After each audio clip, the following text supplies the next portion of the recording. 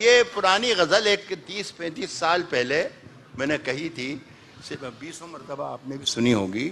और 30-35 बरस पहले पढ़कर सुनाकर पूरे देश में, देश के बाहर, यहाँ वहाँ सब जगह सुनो के भूलभाल भी गया था।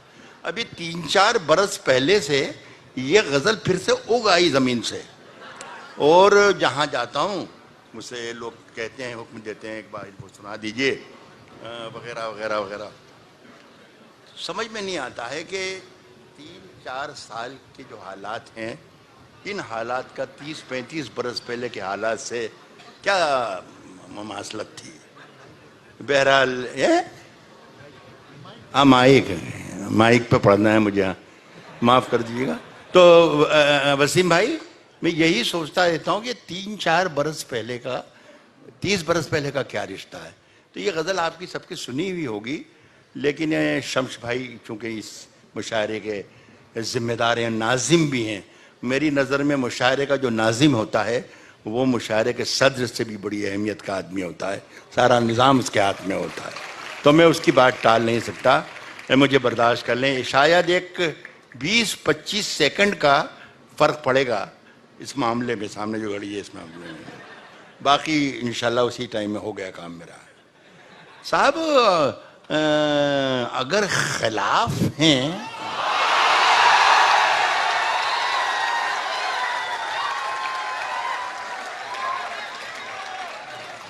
होने दो, अगर खिलाफ हैं होने दो, जान थोड़ी है। अगर खिलाफ हैं होने दो, जान थोड़ी है। ये सब धुआं है, कोई आसमान थोड़ी है। ये सब धुआं है, कोई आसमान थोड़ी है। कोई आसमान थोड़ी है साहब। लगेगी आग तो आएंगे घर के ही जद में, लगेगी आग तो आएंगे घर के ही जद में। यहां पे सिर्फ हमारा मकान थोड़ी है साहब, यहां पे सिर्फ हमारा मकान थोड़ी है। मियां, हमारे मुंह से जो निकले वही सदाकत है। हमारे मुंह से जो निकले वही सदाकत है। हमारे मुंह में तुम्हारी जुबान थोड़ी है। हमारे मुंह से जो निकले वही सदाकत है साहब। हमारे मुंह में तुम्हारी जुबान थोड़ी है। हमारे मुंह में तुम्हारी जुबान थोड़ी है। और मैं जानता हूं कि दुश्मन भी कम नहीं,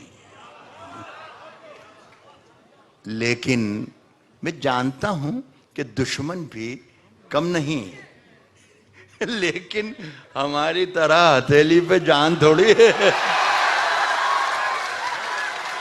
मैं जानता हूं कि दुश्मन भी कम नहीं, लेकिन हमारी तरह हथेली पे जान थोड़ी है। हमारी तरह हथेली पे जान थोड़ी है। और जो आज साहिब मसनद हैं, कल नहीं होंगे। ये हमारे यहाँ पे कुंवर रंजीत सिंह बैठे हुए हैं। इनके एक बड़े प्यारे इनके दोस्त हैं, हिंदी के बहुत बड़े राइटर हैं, अशोक चक्रधर, दिल्ली के। तो वो इसी तरीके से निज़ामत कर रहे थे एक मुशायरे की। हिंदी और उर्दू के राइटर थे, जिस तरीके से शम्स तबरेज़ साहब आज निज़ामत कर रहे हैं। तो जब मैंने ये मिसरा पढ़ा कि जो आज साहिब मसनद हैं कल नहीं होंगे, तो मैंने अशोक की तरफ देखा कि अशोक भाई, ये साहिब मसनद का मतलब हिंदी में क्या होता है, हिंदी में क्या कहते हैं, ज़रा बता दें ताकि सब लोग इंजॉय कर सकें। तो उन्होंने कहा कि सत्ताधीश। तो मैंने कहा फिर छोड़िए, वो साहिब मसनद ही ठीक है। तो वो आप उसे साहिब मसनद ही सुनिएगा और सुनिएगा। साहब, हमारी तरह हथेली पे जान थोड़ी है। हमारी तरह हथेली पे जान थोड़ी है। जो आज साहिब मसनद हैं कल नहीं होंगे। किराएदार हैं, जाती मकान थोड़ी है। जो आज साहिब मसनद हैं, कल नहीं होंगे। किराएदार हैं, जाती मकान थोड़ी है, और सभी का खून है शामिल। एक पिछले दिनों, मेरा ख्याल इसी हफ्ते में, एक किसी पता नहीं कि कहाँ के थे, क्यों थे, कैसे थे, ये सब मुझे नहीं मालूम, लेकिन एक वीडियो आया, कहीं आएगा ये।